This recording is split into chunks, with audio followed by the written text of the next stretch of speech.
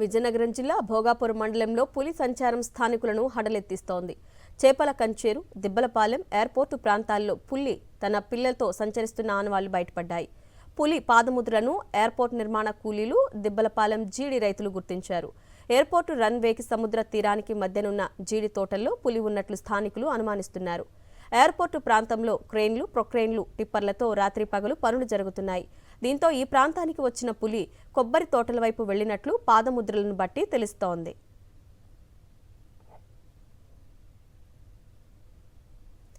పులి కదలికలపై డీటెయిల్స్ మా ప్రతినిధి యుగేంద్ర అందిస్తారు.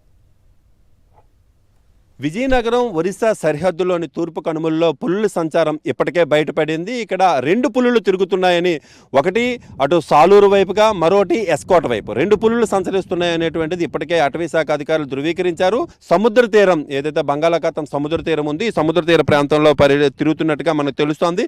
ఇప్పుడు మనం భోగాపురం ఎయిర్పోర్ట్ పనులు జరుగుతున్నటువంటి ఈ ప్రాంతంలో ఉన్నాం. ఇటీవల ఈ ప్రాంతంలో దాదాపు 2,500 ఎకరాల మొత్తం ఇక్కడ ఉన్నటువంటి జీడి తోటలను, మామిడి తోటలను, ఇక్కడ ఉన్నటువంటి మొత్తం అటవీ సంపదనంతటిని కూడా తొలగించి దానికి సంబంధించిన రన్వే వర్క్ని, మరోవైపు ఆ టెర్మినల్ వర్క్స్ని అక్కడ జరుపుతున్నారు.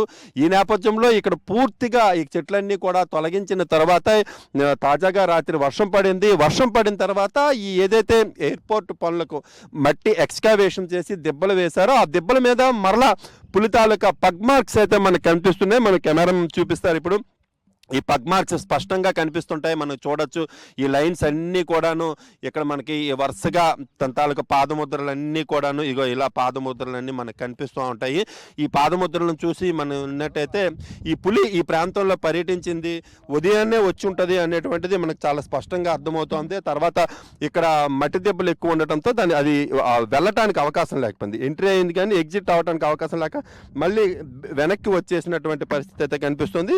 తమ్ముడు, ఎలా నీకు ఇది ఏమనిపిస్తోంది? మా పాదముద్రలు గట్రా చూస్తున్నప్పుడు ఇక్కడ స్థానికులు ఏమనుకుంటున్నారు?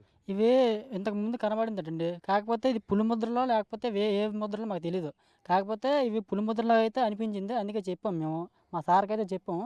ఏమనిపిస్తుందండి ఈ పులి ముద్రలో? గతంలో కూడా ఈ పులి గురించి ఇక్కడ ఏమనుకునేవాళ్ళు? సార్ నమస్తే సార్.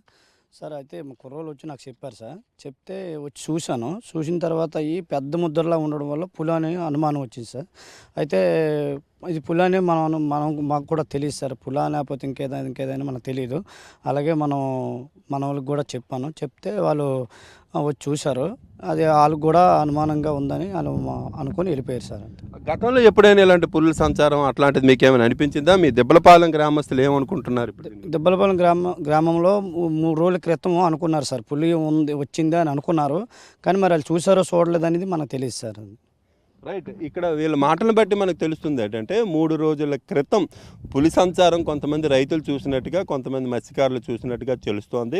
వాళ్ళు ఎప్పుడైతే అనుకున్న తర్వాత ఈ రోజున ఎయిర్పోర్ట్ పనులకు సమీపంలోనే ఈ రోజున మరలా ఈ చేపల కంచేరు, దిబ్బలపాలెం ఈ ప్రాంతంలో పులి తాలూకా సంచారం మనకి ఈ పాదముద్రల ద్వారా బయటపడింది. అయితే అటవీ శాఖ వచ్చి దీన్ని ధృవీకరించాల్సినటువంటి పరిస్థితి అయితే కనిపిస్తోంది. వీడియో జర్నలిస్ట్ ఈశ్వర్తో యుగంధర్, సాక్షి టీవీ, విజయనగరం జిల్లా నుండి.